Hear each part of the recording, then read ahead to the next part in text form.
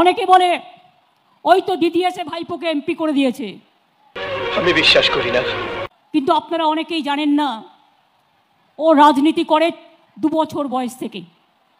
বলেন কি?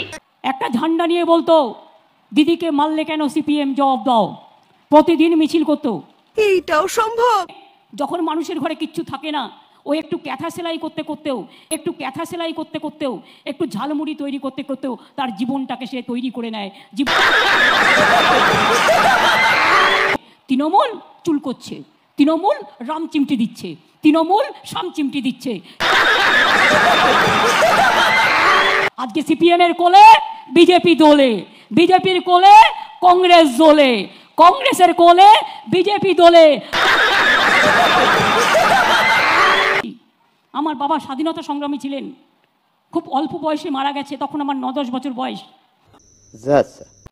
ভাতের সাথে মাংস দাও, ভাতের সাথে ইলিশ মাছ দাও, একটা লাঠি নিয়ে আসলে ঘরে খুন্তি আছে, খুন্তি দিয়ে একটু ভালো করে আলু ভাজা তৈরি করে খাইয়ে দেবেন। ঘরে আটা হাতা আছে, একটু ফ্যান ভাত করে আলু সেদ্ধ পেঁয়াজ কাঁচা লঙ্কা দিয়ে খাইয়ে দেবেন। বুঝতে পারছেন আমি কি বলছি? তোমার শান্তি কোথায়? তুমি তো শান্তি বিলোবে, প্রেম বিলোবে, তুমি বড় অ্যাগ্রেসিভ হয়ে যাচ্ছ কেন? সবাইকে নিজের পলিটিক্যাল পার্টির দিকে নিয়ে এসো, যারা না আসবে তাদের মেরে দাও। এটা কি? এটা সুস্থতা? এটাই সরকার চালানো বলে? এটা রাজ্য বলে? এটাকে পলিটিক্স বলে? আমাকে যত পারিস গালাগালি দিয়ে যা, কিন্তু বাংলার বদনাম করিস না। বাংলার বদনাম করলে আমার বুকে বাজে, আমি সহ্য করতে পারি না। আজ বাংলা জবাব দাও, জবাব চাই বাংলা।